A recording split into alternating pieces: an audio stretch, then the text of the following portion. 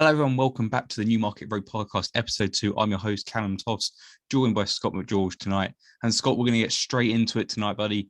Cambridge United 1, Newcastle United 0. What's your opinion, mate? Go for it. Unbelievable. Shocked. I'm still on cloud nine, to be honest with you, Callum. If I'm being honest, not in my wildest dreams. Some people were saying they fancied us after the event, but look, well, especially when I saw the lineup: Trippier, St. Maximum, Shelby in the concourse when we saw the team, and I thought, wow, they're going for this. They're gunning for us. Go 90 minutes on. An incredible result, really. A bizarre game, like with the VAR, like that was totally unique and unusual for Cambridge United, but a terrific performance. Dimitar Mitov, don't think I've seen a better goalkeeping display in a Cambridge United shirt or ever. What he did was almost supernatural, like defied gravity.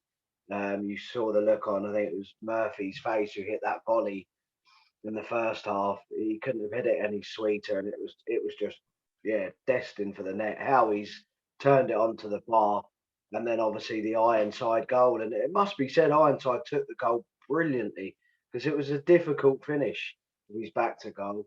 But I think I speak on behalf of all the supporters. It was a phenomenal weekend. I spent the weekend there. As the saying goes, if Carlsberg did weekends, it would be Newcastle 0, Cambridge United 1 in the third round of the FA Cup. It was brilliant, mate, and I'm sure you enjoyed it as much as everybody else did. Yeah, I mean, talking on a personal, that's probably the best performance I've seen in a Cambridge shirt for a while. And really, I think the whole weekend, you kind of have this feeling we're just going to go and enjoy the weekend. And like yourself, seeing the team and seeing pretty much without Callum Wilson a full strength Newcastle team, and you think we could be really in for a hiding today. And going to start of the game, we started quite well and they had a few chances expected, and like you said, Mitov saved a few, but we had quite a few controversial moments. We could have had a penalty, and arguably, like you said, VAR's the 5-minute, I think it was, delay when we scored before. That was horrible. And you kind of think if that was disallowed, that wouldn't be our day. But just the whole occasion, I think 4,822, I think it was, Cambridge fans went up there. And I was speaking to some Newcastle fans in the pub after the game, and they were saying how we're the best sport they've seen all season. That beats, Man United, Chelsea,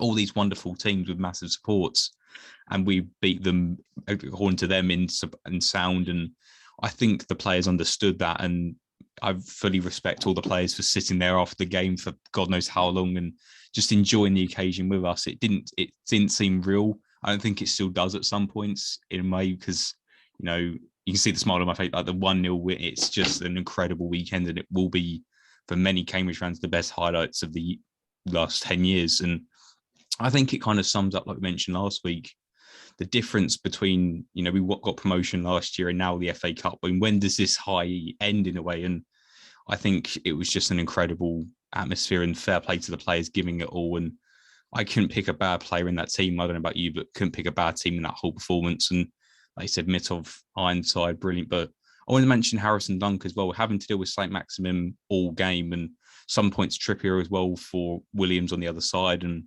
vice versa. And it really, we shouldn't be, I'm kind of a bit of, man, we shouldn't be really competing on their level. They're, paid triple or probably double figures more than Cambridge players around. And it really shows how far the difference is. And the publicity, I've never seen more posts about Cambridge United in my whole life, and BBC, Talk Sport, everything. It's just been an amazing overall last few days. And what do you make of the next draw as well? Luton Town at home, probably going to be on the Friday or the Saturday. What's your opinion on the draw, and what do you make of it? Could have been worse, could have been better, really. Sort of like reacquainting ourselves with old, I wouldn't say friends necessarily. There's always that little bit of rivalry, isn't there? From the conference days, and we do seem to meet quite regular. But at the end of the day, when when match day arrives, again there'll be a nigh on sellout, I would say, and both teams, both crowds will be up for it. Um, Whether people like it or not, there is a bit of say needle. Obviously, Luke Berry went across to Luton. A lot of supporters obviously didn't like that. So look, it'd be a big football match with a big crowd, both teams going for it, and I expect a good fiery game, which could go either way on the day. So yeah, I'm looking forward to that. But as you say, going back to Newcastle, there was a script. Cambridge ripped the script up and wrote their own fairy tale, I think. And just as you sort of alluded to, the support, magnificent. I know obviously there'd have been a few extra that maybe don't normally go, but at the end of the day, that's what it's all about. A big occasion. People turned out for the players and backed them in numbers, but I think what's crucial is in support and voice. It's all very well going. We mentioned Luton. I mean, they've come to the Abbey many times, but I find them quite quiet, really, unless they score. But you saw the Cambridge support, and that was recognised by Newcastle, and that gets flagged up a lot by teams, and that's something I'm sort of proud of. So the support is fantastic. Um, yeah, just vocally, and as you said, the players at the end just doing what they should do, soaking it in, because these occasions come round sometimes never or once in a blue moon. So to see all the clips, the exposure, I can't like I pummeled the social media sites, but why not? How often does this sort of thing happen? Just 51,000, over 51,000 in St James's Park, incredible stadium. It it was emotional. It brought virtually a tear to my eye just being in there and thinking my team are playing here, and not only that, we went one step better than that. So yeah, looking forward to Luton. Whatever we do from here on is a bonus in my eyes. We've made a few quid. We've made unforgettable memories, but bring on Luton Town and we'll give it a good go, I'm sure, as we always do. Yeah, it's like you mentioned, at kind of full time, the emotions, really do get to you. And I think everyone was trying to cheering and everything. I sat down because I think I couldn't believe it at first. And it was more of a massive shock. And, the whole experience and the atmosphere. I think, I don't want to be, I was quite surprised how quiet Newcastle fans were, I think, the whole game. And you hear the massive respect Newcastle fans gave us, but they were quite quiet until they got Mittel's back, taking longer over the goal kicks and everything, and apparently shouting a few, stuff to him. But it's part of the game. But it just doesn't, we hold our own in the game as well. I think they were 56% possession. We had 42 or 44, whatever. It was very even game, and 9 shots on target. We had, I think it was all something along those lines. It was quite high, but it was such a different experience than anything I've experienced as a Cambridge fan personally. And it just kind of, like I mentioned before, it shows how far we've come in a few years. And I think Cambridge fans would have taken a 1-0 loss at that point. It was that, we went there not really expecting it. Thought we was going to have a really good weekend, all the fans there, and fair play to the fans, because that's not an easy place to get or travel up to, is Newcastle. So even the fans that may not turn to home games normally, they still made the journey up there. And in my eyes, that's full respect to every single fan that went up there that weekend, because that's sort of 8-hour round trip minimum, and hotels, travel costs, and everything like that. So fully fair play to every single Cambridge fan that went up there that weekend. And we came in voice and sound, and the atmosphere was nothing. I've never experienced a game like that personally before anywhere. So, and I would like to say we were the biggest upset of the weekend over the FA Cup. You had a few scares with Tottenham, Morecambe, and Shrewsbury, Liverpool, and then you had Nottingham Forest beat Arsenal and Kidderminster beating Reading. But I would like to say we were the biggest upset of the weekend. And what do you make of the publicity for Cambridge at the moment? Because it's not, like we said, nothing we've experienced before for a while. So do you think that's going to be good for the club going on because of the exposure, and hopefully bring some new fans in? Yeah, absolutely. It can't be anything other than a good thing, a great thing. As you said, it was It was the first game on Match of the Day. It was the highlight of the weekend. It was making, back pages over national newspapers. We were on Talksport, Five Live, Look East, you name it. We were on it. We're speaking to supporters, which I think is always important, because without supporters, as we've seen recent years, football is nothing really. Imagine that game in an empty stadium. It's just, you're taking away the backbone of the game. So yeah, it's a fantastic thing.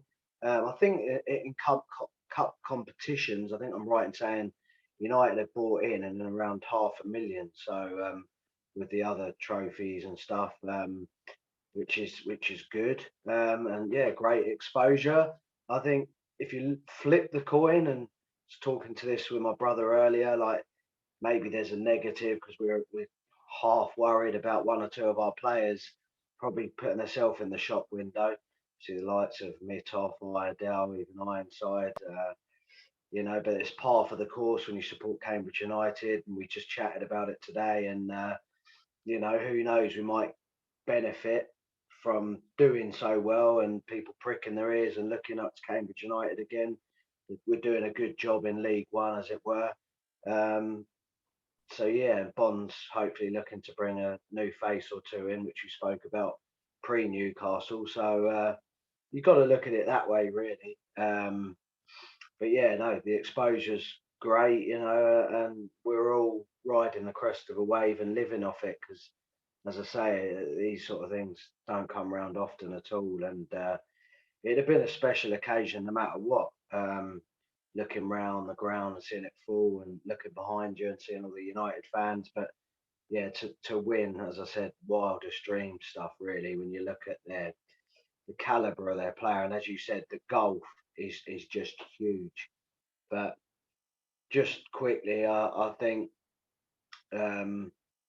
maybe we don't see a lot of the ball in League One, or as much as the opposition, quite regular. So we are quite used to sitting in and soaking it up. And I thought we did that tremendously well second half. And yeah, their final ball was quite poor on more than two or three, four occasions. But yeah, like, it's no mean feat what we did. And yeah, incredible scenes. And we'll take that till the day, the day we die, really, as the saying goes, Cambridge till I die. But yeah, just phenomenal, Callum, phenomenal weekend.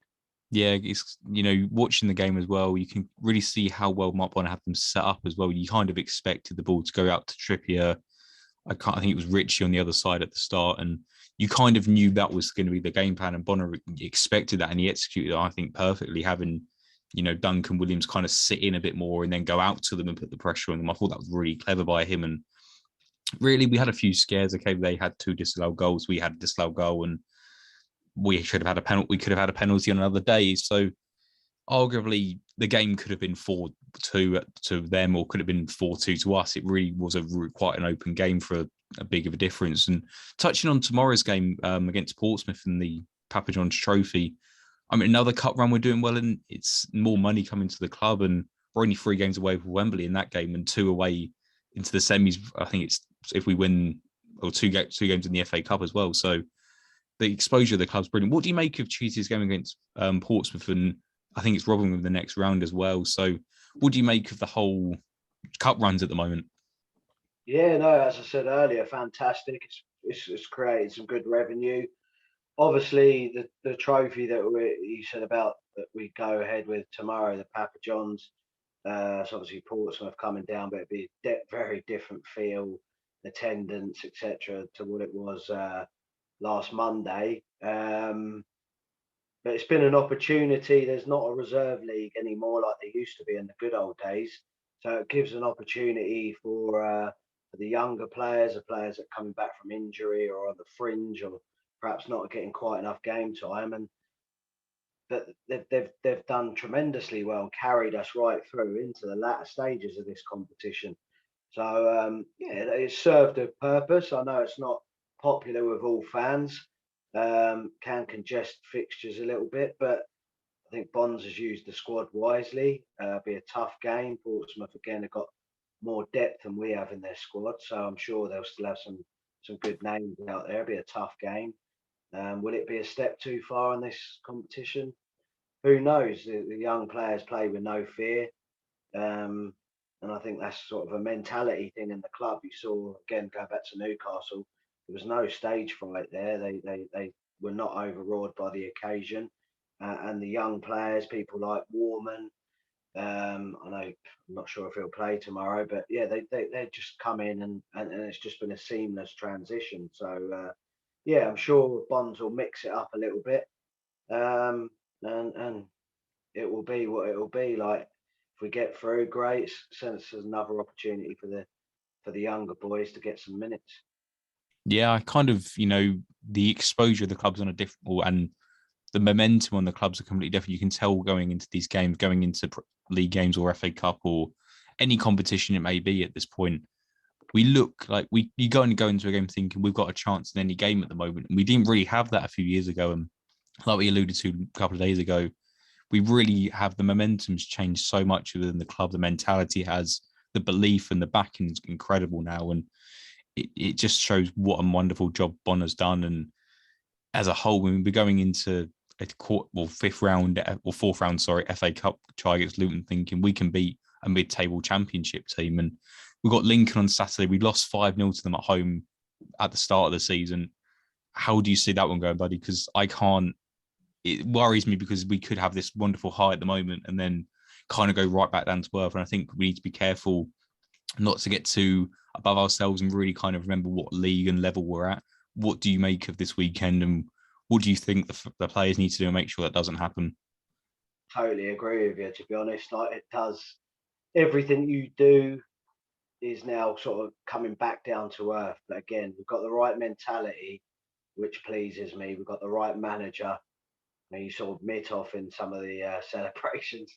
Come on, get off. We've got a game Tuesday, So that's not a bad thing, but I completely get what you're saying. And yeah, it'll be a bit of a come down. We won't have as many steps to walk up going in the behind the goal at Lincoln, that's for sure. But yeah, you mentioned the game beginning of the season there. I mean, they were absolutely electric and came out as traps like a fancy greyhound that day. Scored within 2 minutes, and we never recovered. Then they scored again. Everything Scully hit went in the top corner.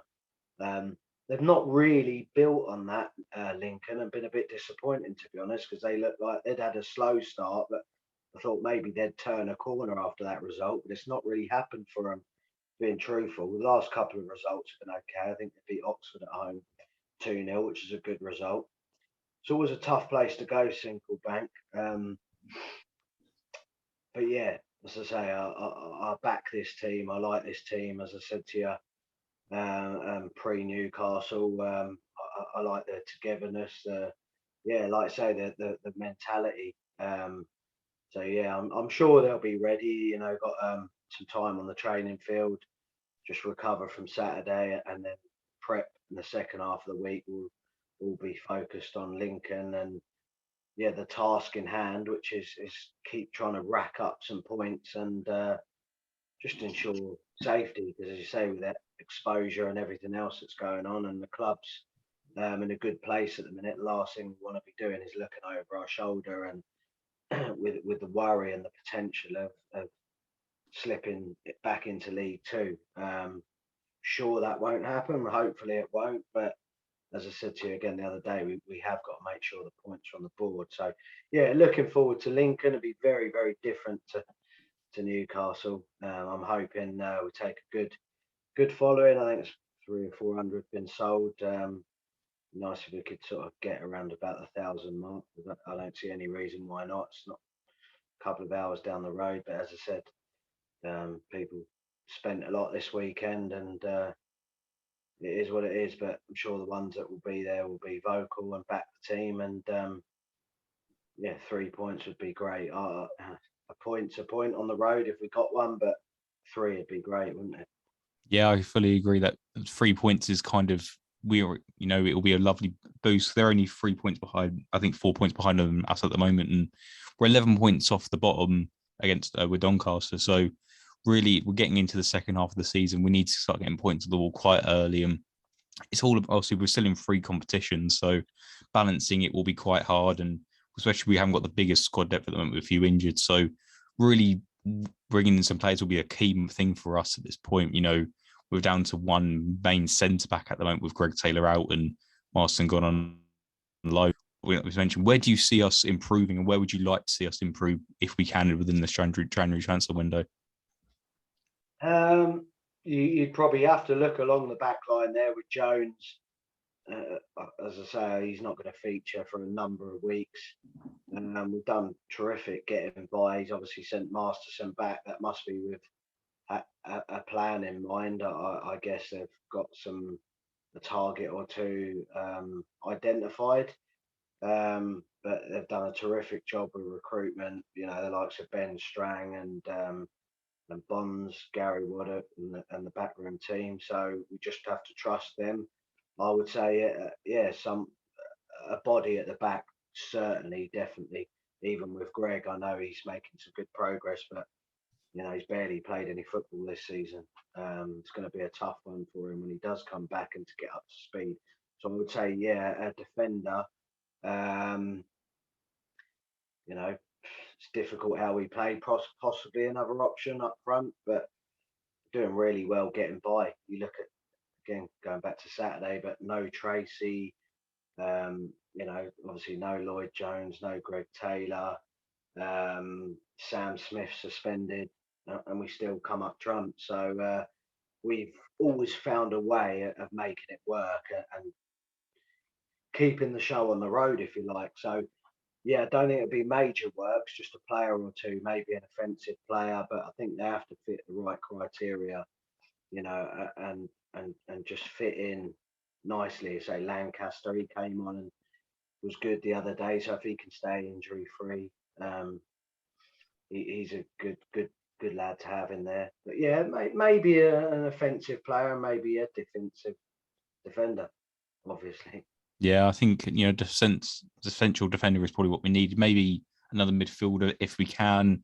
You know, Digby, especially with O'Neill coming back to fitness finally, and Weir seems to have some injury problems or COVID problems. We're not 100% sure on that one, but kind of alluding back to Paul Digby, you know, stepping captain for Greg Taylor at the moment. Do you see him as a long-term captain for these when Taylor retires in a few years, possibly, or do you still think someone else could take captaincy after Greg leaves, or would you like to see Digby stay as captain now, even when Greg's back? Yeah, something again I spoke to. We came up in conversation with my brother. You know, he does a tremendous amount of what they say is dirty work in football, Paul Digby. You know, he's got them telescopic long legs. He cuts so much out. And as a captain, he's a great voice in there. Mitov come charging out of his goal to say something or confront the official, and he just sort of calms everything down. And you know, he is a leader. He's great with the younger players. You know, you can see him having a little bit of banter as well, which is always important, keeping the morale and spirit up. So yeah, for sure. While he's playing like he is, he played a key role in, obviously last season.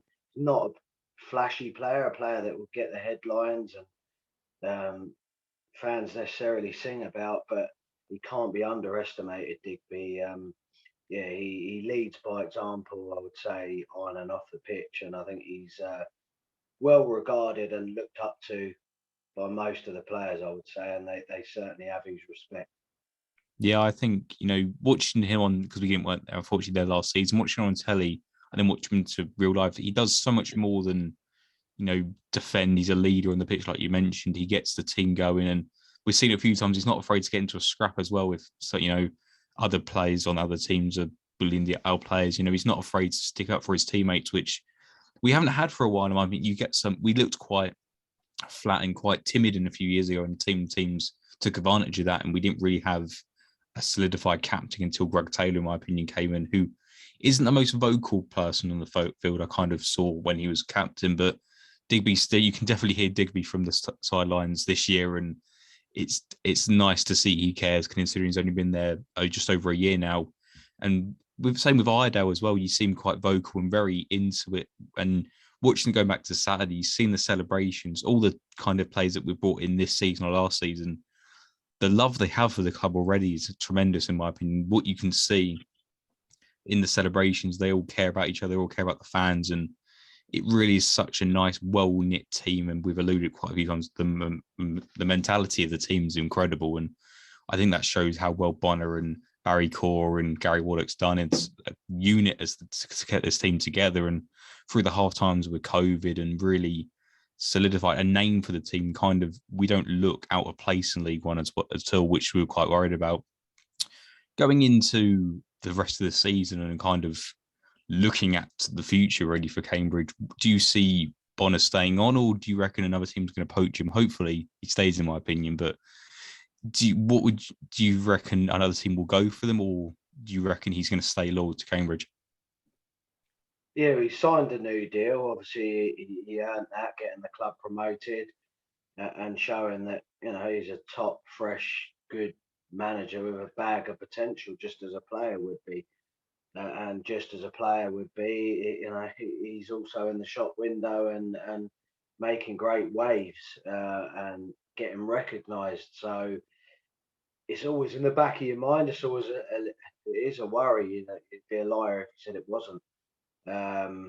Obviously, we all hope and pray that he would stay. As I said, it means a lot that we've got. He's a fan as well as a manager.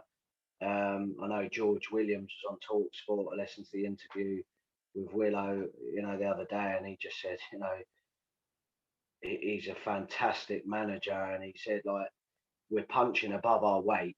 You know, let's get that out there in the league. We're matching up these big clubs with, you know, huge fan bases, huge budgets, fancy name players, but you know, it's not a fluke that we're going, like I say, going up head to head with them. And he said that's, you know, it's down to the manager how he sets up, you know, what he asks of the players. That they go out there and they would literally put their bodies and everything and their lives on the line for Mark Bonner, and I think that speaks volumes. Say it is, of course, always a worry, as it is with a player, that they could go because they're doing very well. We hope not. Um, so yeah, I just firmly hope that he stays put and keeps moving the club forward like it is. Because as you said earlier, it's just, you know, we've seen some poor years recently, but it's been it's a fantastic time to support Cambridge United. You know, promotion games like the weekend.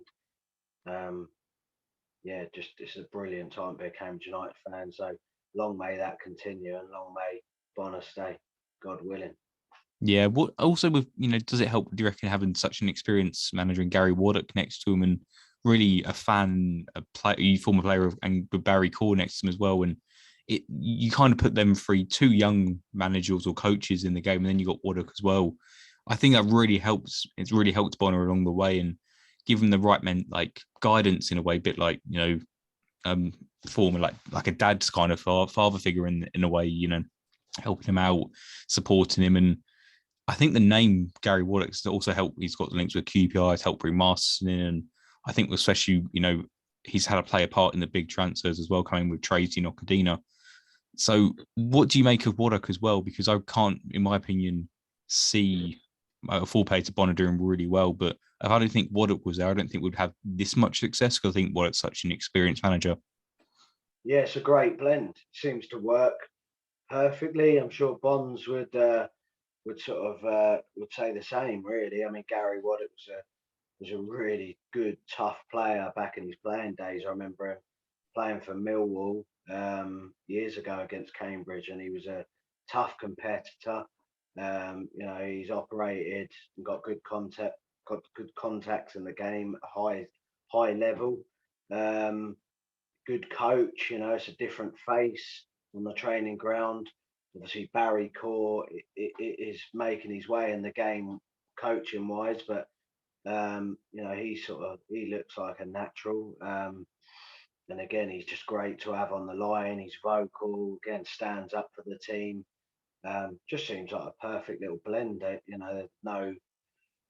Doesn't seem like there's any animosity between them. They just it just flows and work. It must do, because what's happens behind the scenes and at the training ground is replicated on the pitch. And as we've said many times, there's a real team spirit there, and that begins there with them guys. So I think they're just a great compliment, and it's obviously working. And as I say, I'm sure Mark Bonner would say having the likes of Gary Waddock next to him and his knowledge and experience is absolutely invaluable to him. So he wouldn't play that down at all, I'm sure.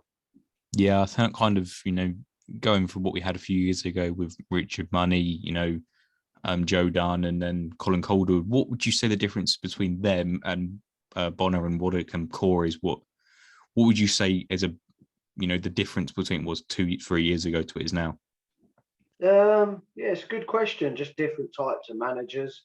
So Bond's passionate, just he's honestly, it's like a cliche, but he's just a complete breath of fresh air. Even when he initially took the team over, first of all, I just love listening to his interviews. Calderwood, I normally back managers even when fans are calling for their head, but he was a manager I couldn't stand in the end. To be honest with you, I thought he was drab, dour, passionless, probably the opposite to Mark Bonner, really. Um, maybe that's different, who am I to say? But Money I liked was very different, bit regimental, old school, almost a bit scary. I bet there's a few teacups used to fly around the dressing room. Richard Money was in charge, but say ultimately, you think he was a good guy, gave us success. Just different managers in the role, like a bit like people. Bonds is actually 30, whatever he is, 36 or something. Yeah, just been there, seen there, and done it. Like Money have Calderwood, but yeah, Bonds is just massive credit to him, because he hasn't got that resume that them managers, the Derry's, Calderwood's, Money played for Liverpool, but it just shows you managing's a different ball game, and they come in all shapes and sizes. And as I said, he's doing a great job, a huge job. Um, you can still be a top manager and get players' respect, having not played the professional game. So yeah, I just think he's obviously dedicated, a hard worker to get where he's got, and he's got a belly full of fire, and strives to do the best and achieve, and he's doing that.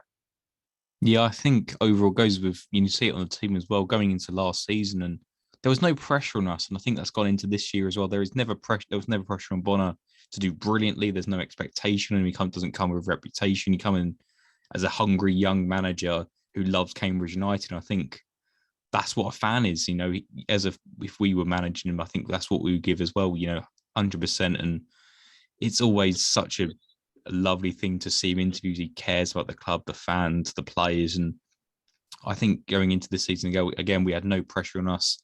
We're doing well. We had no pressure going into Newcastle on Saturday. We done well on there as well. I think that the key word there is pressure. I think we have no pressure going into anything this year, or we did last year as well. We're achieving expectations as well. I feel, and we've got a good team and a good club, but beating Newcastle away and being mid-table in League One, considering where we were 3 or 4 years ago, it doesn't really add up in my opinion. But I think as fans, we're going to keep riding this wave and see where the boat will take us in a way, because there's the sky's the limit at this point, in my opinion. Really, I think we're just going to have to enjoy this and see where we are in 2 years' time. What's your final question, mate? What's your score prediction for Saturday, and how do you really see Tuesday and Saturday's game going? Yeah, Tuesday, tomorrow. Yeah, it'd be a tough game, as I said. I'm sure Portsmouth will still put out a very competitive side. Um, could be a step too far, but again, you wouldn't roll out the younger lads getting a result. There'd be a mixture of um, the seasoned pros playing as well, but so he'll get the likes of Bennett, Yearn out there, I'm sure. players that haven't. Lancaster could be a good game for him to get some minutes in. So yeah, it's a difficult game to predict till we know what the lineups will be. So probably better position to maybe predict that one tomorrow. But yeah, we'll see how the boys get on, and done us proud so far. So even if they did bow out, wouldn't be the end of the world. Saturday, yes, as I said, it's a tough place to go. Lincoln, there's no easy games in this league. It will need full commitment, concentration, high levels. Um, but yeah, you've got to fancy us as long as there's no hangover from Newcastle, which I don't think there will be. I think the boys are too switched on to not be ready. I fancy us getting something at Lincoln. Go for a props a 2-1 win. I don't think I'm being too.